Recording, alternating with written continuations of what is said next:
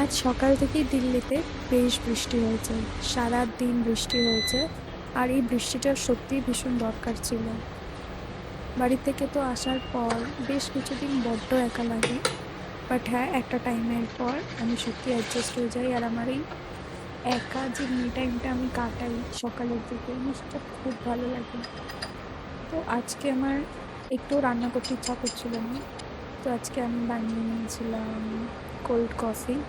Cold কফিটা অনেক দিন ধরে খাবার ইচ্ছা, বাট শরীরটা ভালো ছিল না, ঠান্ডা লেগেছিল বলে খেতে পারছিলাম না। বাট আজকে বানিয়ে নিলাম। আর ম্যাকারনি খেতে খেতে আজকে সত্যি যে মি টাইমটা ছিল সেটা ভীষণভাবে এনজয় করেছিলাম। That's it for today. Thank you.